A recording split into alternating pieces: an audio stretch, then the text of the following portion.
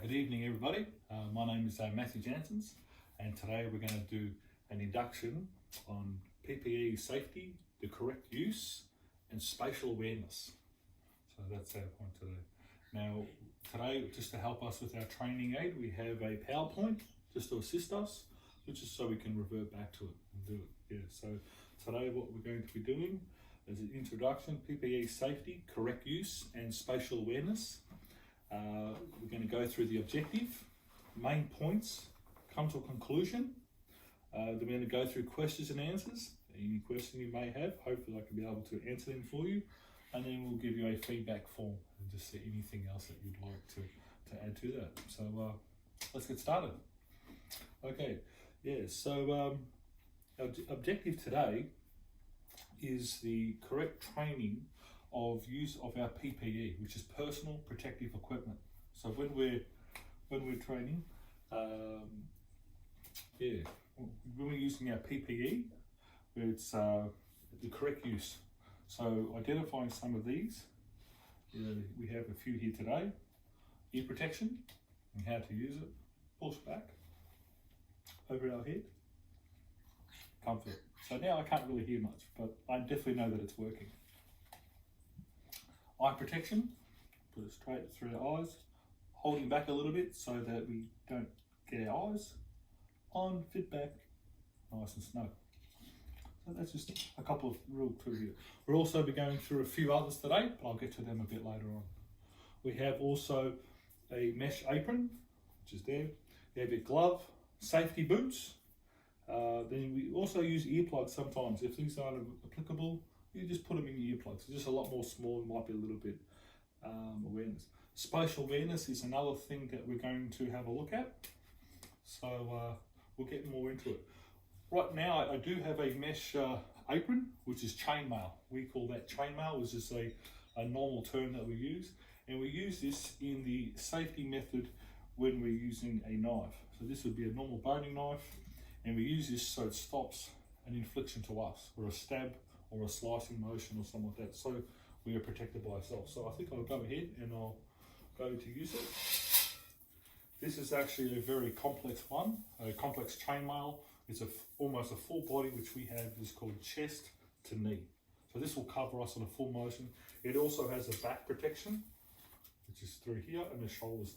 The easiest way to put this on, as I'll come right through here, is we know that where our front is, because it's going to hit below from our midsection to our knee. We have our arms and we have our neck position. What we want to do is put through our arms, holding neck position, upright, come down. Always give a bit of a jerk just to see how it fits. It should just feel nice and freely through. We also have a strap through the back, which we come through, and we just want to put that nice and tight. As soon as the strap is there for at any time that I need to bend over, it's not going to push forward and then we'll have no protection. So it's, as we're walking around, it should just feel nice and easy in any motion that I have through here. So that is our chainmail. We also have here today a chainmail glove. And also, just to make things a lot comfortable, we also use a cotton, and sometimes that's just because it does have a bit of wear and tear. So cotton straight on. And then sometimes you do have a plastic glove or a latex glove, and that's just so it doesn't hit your fingernails or something like that. Chainmail glove again. Also, we have different sizes. You may see here we have different colours. The smallest one being a red, then it goes through a blue, then it has a green and orange. That's just basically small, medium, large, extra large. It's very basic terms. Always like to push through with our thumb, fingers, and come through the elbow, first glove, and then we put the glove on and adjustments. It does want to feel nice and snug, so it just doesn't move correctly.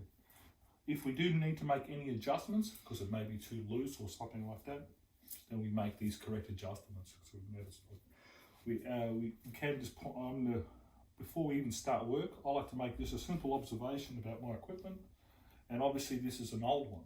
So I would look at this and say that I do have found a few holes in here therefore it's actually not safe to use. Because if I was to be using my knife and accidentally slip, it's actually no longer personal protective equipment anymore, because I could actually hurt myself. So therefore it's unsafe, and in the workplace I have an actual updated one, which is completely used. So that's how we use our protective equipment there. Also, I was going to put these on, but I will put my safety glasses on because they do seem to be nice and safe. No, I can't see, my apologies. Yeah, but another thing I was going to look at here was I spoke about spatial awareness. And I think in the workplace, I don't think people are aware of that. I believe it'd be very important, because as I'm working, I'll use my demonstration. If I see a worker coming through, I don't want to actually get the person. So therefore spatial awareness is a key point there. Yeah, so another thing that we can use is our communication in spatial awareness. So that if I say, oh, excuse me, hello, if you want to come, excuse me, can I pass please? Just giving out certain calls and letting know someone is, oh, excuse me, I'm behind you. Then yeah, you'll be able to come past this particular person. Yeah, yes, other safety parts. Yeah, so I think, according to this, I do have a YouTube clip. So this is of, I'll just quickly explain. The YouTube clip is of a meat processing workplace, and I deem this place to be safe, and we can see their personal protective equipment in use. So we'll go across to that real quickly. Yep, just quickly.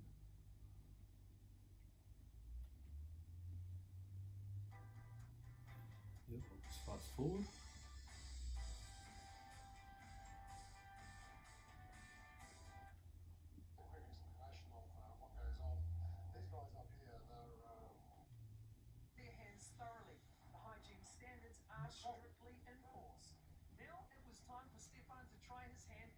Yes, I'm only going to use this real quickly.